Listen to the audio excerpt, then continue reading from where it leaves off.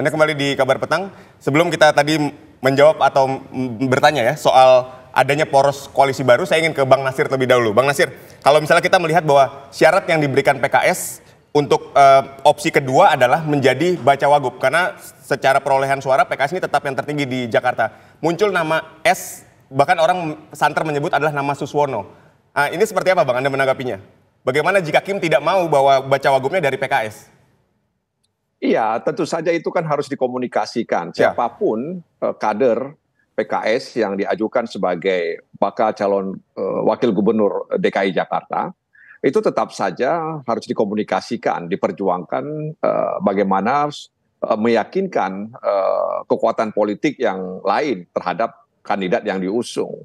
Jadi saya sih tidak melihat nama S, B, C dan lain sebagainya. Ya, tapi yang paling saya pahami itu bahwa ketika nama itu dimunculkan, maka upaya-upaya untuk meyakinkan koalisi itu menjadi penting, bahwa calon itu memang layak dan patut untuk diusung menjadi bakal calon wakil gubernur di Jakarta. Ya, Bang, tapi nama Suswono ini benar nggak? Sudah dapat restu dari PKS? Apakah betul PKS akan mengusung nama tersebut diajukan kepada Kim? Sebenarnya kan nama-nama itu ya waktu itu ada Sohibul Iman, sekarang muncul Suswono. Saya sendiri memang belum mendengar nama itu, ya. Bisa saja seperti itu dan juga bisa saja tidak. Ya mungkin karena Pak Suswono pernah menjadi menteri ya pada waktu itu, ya.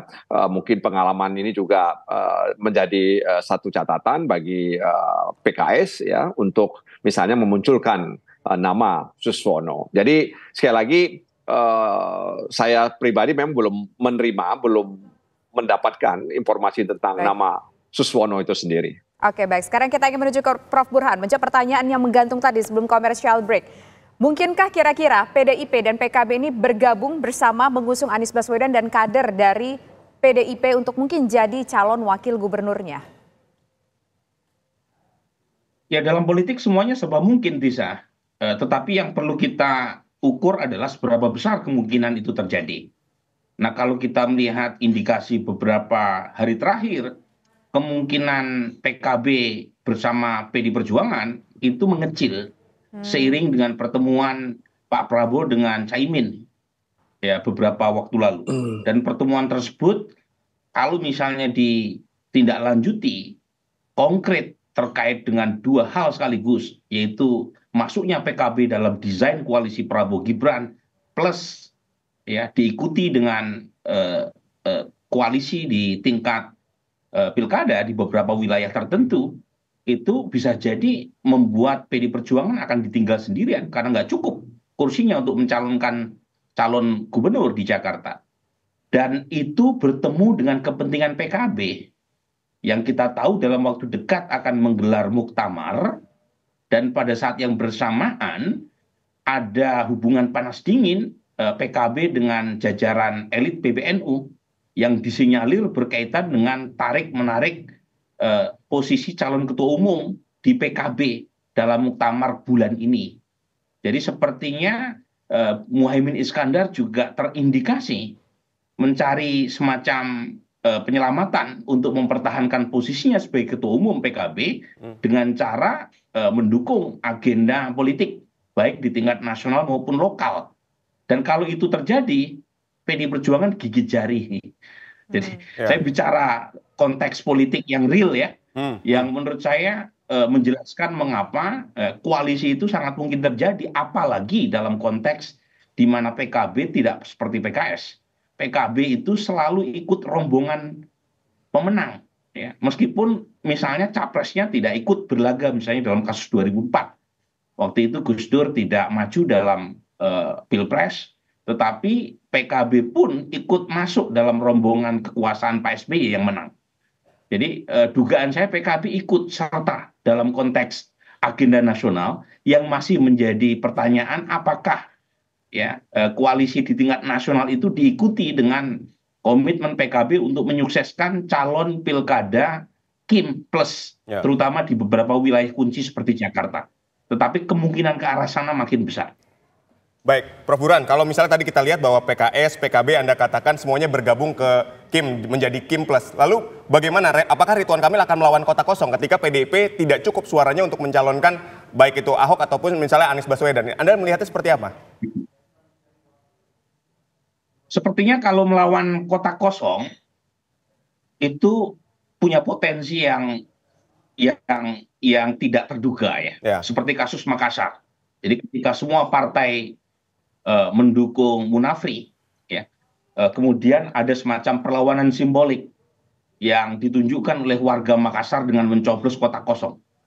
Dan itu satu yang mungkin dihindari oleh Kim Plus. Dan kebetulan ada calon perseorangan yang maju melalui Pilkada Jakarta. Namanya saya lupa persis, Parengkuan atau siapa begitu ya. Mantan Dharma Pangrekun. Dharma Pangrekun. Siapa namanya? Dharma Pangrekun. Dharma Pangrekun. Kebetulan beliau adalah mantan petinggi Polri kan, yang kita tidak tahu sejauh mana proses administrasinya di jalur perseorangan karena sudah selesai kan, tinggal dinilai oleh KPU Jakarta. Tetapi poin saya, kalau misalnya Pak Dharma ini diloloskan sebagai calon perseorangan, mungkin skenarionya bukan skenario Makassar, tapi skenario Surakarta. Di skenario Surakarta waktu itu Mas Gibran melawan calon independen, yang kita tahu calon independen tersebut sama sekali tidak kuat secara politik elektoral, dan karenanya Mas Gibran menang telak. Jadi sepertinya cara itu yang mungkin terjadi. Meskipun lagi-lagi kita jangan melihat fenomena politik secara linear ya. Per hari ini memang kemungkinan itu besar terjadi. Tapi bisa saja kan politik di Jakarta seperti hal yang terjadi di masa sebelumnya itu menciptakan kejutan di injury time. Ya, seperti halnya golnya Bernardo Silva tadi malam ya. Sehingga memaksa MU harus bertekuk lutut ketika berhasil digolkan ya di menit terakhir sebelum selesai. Baik, sekarang kita ingin menuju ke PKS, ke Bang Nasir Jamil. Bang Nasir Jamil, tapi kalau dari PKS ini prefernya gimana? Mengusung Anies tetap jadi gubernur, kemudian mencarikan calon wakil gubernurnya, mungkin dari PKS juga, atau mungkin ya sudahlah, kita konsentrasi di Kim aja, kita tinggalkan Anies dari PKS-nya. Iya, jadi pertemuan Majelis Syuro itu sebagaimana kita pahami dan kita ketahui bahwa itu adalah pengambil keputusan tertinggi di PKS, dan sudah ada amanah agar menjalin komunikasi. Nah, komunikasi ini diharapkan bisa produktif ya, dan memberikan dampak yang positif. Nah, karena itu semua peluang itu bisa terjadi. Begitupun saya tidak bisa juga berandai-andai atau tidak mau juga berandai-andai bahwa nanti ada kota kosong di Jakarta.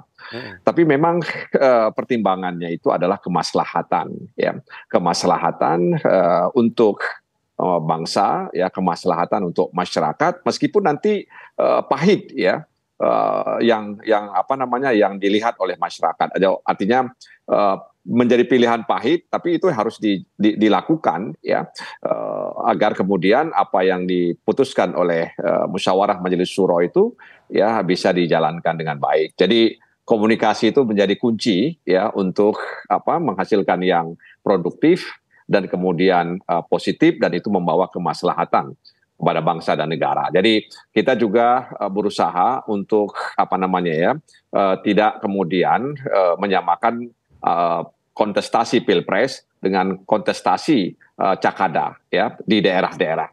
Ya, jadi memang bisa saja ada kesamaan-kesamaan, apakah di Banten misalnya, di Sumatera Utara misalnya, di Sumatera Barat misalnya, di Jakarta dan lain sebagainya.